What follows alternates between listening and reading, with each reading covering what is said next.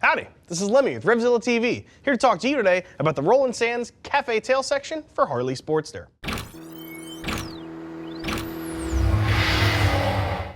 You should be looking into the Cafe Tail Section if you are looking to totally make over your Sportster and give it a new cafe look. These things are currently being cranked out for all rubber mount Sporties, so those of you on something 04 and newer, this is going to work for you. Installation on this is actually fairly difficult. You're looking at either a very hard 2-beard or a easy 3-beard installation on our 3-beard BSD or beard scale of difficulty. You could choose to look at this either as a very difficult project for most normal folks or sort of a beginner to intermediate chop project. Let's get right into it. The Cafe Tail Section is being made by RSD for those of you riding Sportsters who want to give your bike that low-down, cafe mean look.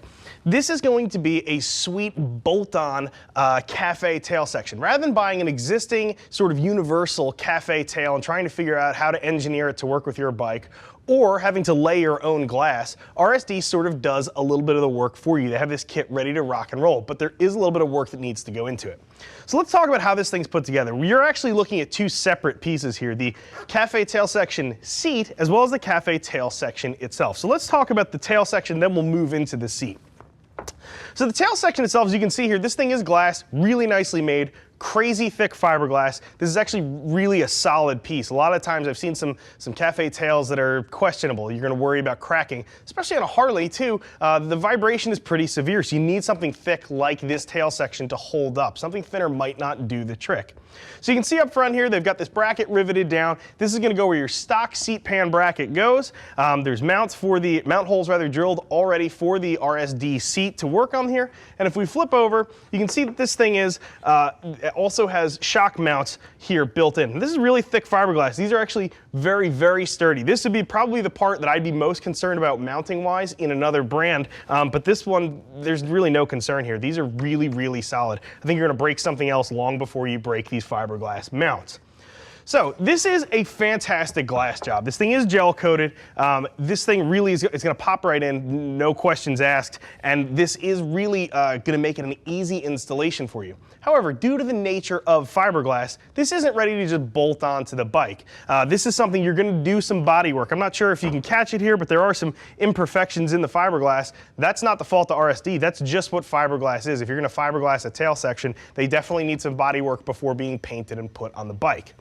Now moving on to the seat here, this thing is cranked out by Mustang. This tail section seat is made specifically for this tail section. This is the only thing this is going to fit. Now you could use whatever seat you wanted to use on here, but there's really no point. They've designed this specifically around this seat, so make sure if you're looking at the tail section to also budget for the seat itself. It's made by Mustang, comes actually in two styles. You can see here we have the Boss style here. It's also available in a smooth seat if you want something a little bit more subdued.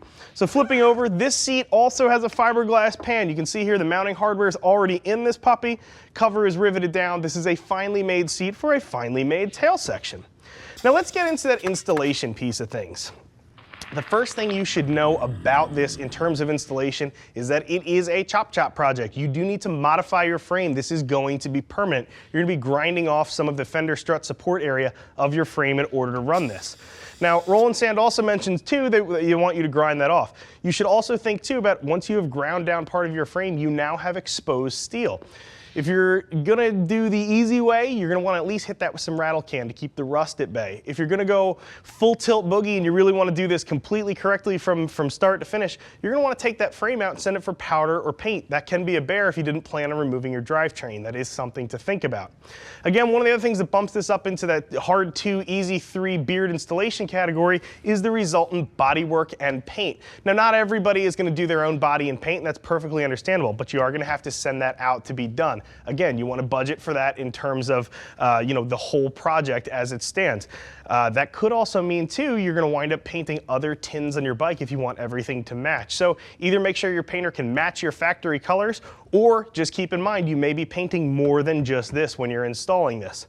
All that having been said, I'm not trying to scare anybody. This really is a pretty easy installation. With some quick grinding and a little bit of fitting, some minor trimming here and there on the glass, this is going to be a bolt-in project. You're not engineering anything at all. Pop your shocks off, pop your seat off. This thing is going to slide right in and everything's going to bolt down. Hardware, of course, is included, kind of a nice feature.